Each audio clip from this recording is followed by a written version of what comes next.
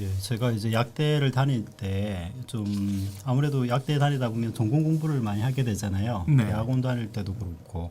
그러니까 뭐 전공책이라든가 논문이라든가 이런 것은 상당히 좀 아주 전문적이고 전공하는 사람들만 보거든요. 근데 꼭 전공자의 입장에서는 조금 중간 계층의 중간 난이도의 그런 책이 좀 필요하거든요.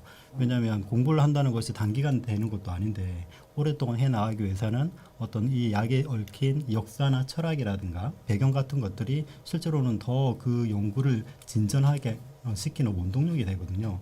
근데 그런 자료가 없었기 때문에 이제 이 책을 좀 써가지고 그래도 뭐 만들어 놓으면 후 세대에 많이 도움이 되겠다라는 그런 생각을 가지게 되었습니다. 같아요.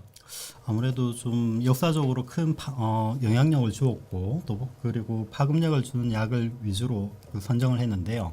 또 사람들이 또 좀 대중적으로 많이 알려진 그런 약도 필요하거든요. 너무도 어렵거라든가 어려운 약이라든가 좀 잘 접해보지 못한 약들은 아무래도 대중성이 좀 떨어지니까 역사적으로도 중요하면서도 잘 알려지고 그리고 실제로도 우리가 지금 쓰고 있는 약을 위주로 그렇게 선정을 하게 되었습니다. 단 하나를 뽑는다면 아무래도 페니실린을 꼽을 수 항생제. 있습니다. 맞습니다. 그 항생제 발명 전과 후로 봤을 때 어떤 그 인류의 어떤 뭐 생존율이라든지 뭐 이런 게 그게 크게 차이가 나나요? 크게 차이가 나죠. 예전에는 그 조그만 상처로도 사람들이 많이 죽었거든요. 이게 감염이 되니까. 맞아요. 네. 그런 어떤 감염병이 많았고 전염병을 통해서 대량으로 사람들이 많이 죽고 했는데 이런 페니실린이 등장함으로써 이런 눈에 보이지 않는 감염증으로부터 상당히 해방되게 되었거든요. 거의 임상 자료를 보면 한 10명 중에 7명, 한 8명 정도는 효과를 본다고 나오거든요. 와우. 그러면 상당히 많이 그 높아진 거죠. 그러니까 삶의 질을 이제 바꾼 약이다라고 이제 볼 수 있는 거죠. 그래서 이런 것을 해피드럭이라고 합니다. 해피드럭. 예전에는 아프고 질병이 있을 때 이제 치료하는 개념으로 많이 들어갔다면 요즘은 이제 사람들이 수명이 늘어나고 하니까 삶의 질을 높이기 위한 그런 약들이 많이 개발되고 있어요. 매일 드시는 약이 있으시죠? 네. 그래요. 뭐 드시는지 궁금해요. 네. 매일은 안 먹고요. 저도 사실 부족한 부분이 생기거든요. 사실 아침에 약국에 들어가면 밤에 약국에서 거의 나올 일이 없어요. 네. 그러다 보니까 햇빛을 거의 못 받는 것 같습니다.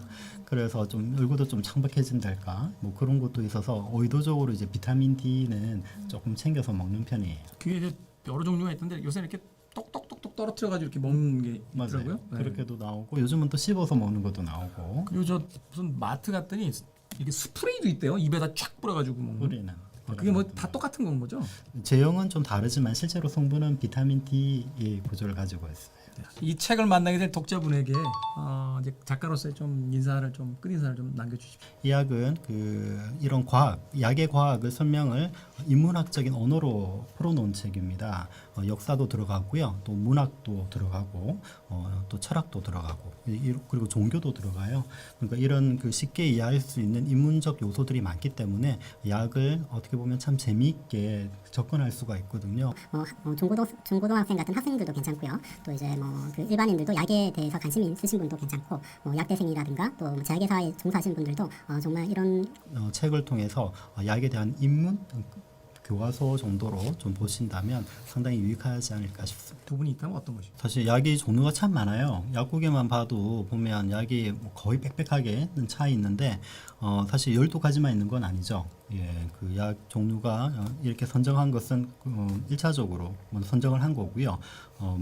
다음에 이제 약을 이제 쓴다면 이제 당뇨병에 대한 사실 요즘 당뇨 인구가 참 많거든요. 네. 당뇨약을 많이 드시면서도 이 약이 왜 먹는지 모르는 경우가 참 많기 때문에 당뇨약에 대한 내용을 좀 추가했으면 좋겠고요. 그리고 정신과 계통의 약을 드시는 분들이 참 많습니다. 네, 요새 뭐 그 불면증 많고 또 우울증 맞아요. 많았어요. 네. 예, 또 잠이 안 와가지고 참 먹는 그런 수면제 계통의 약도 필요하고요.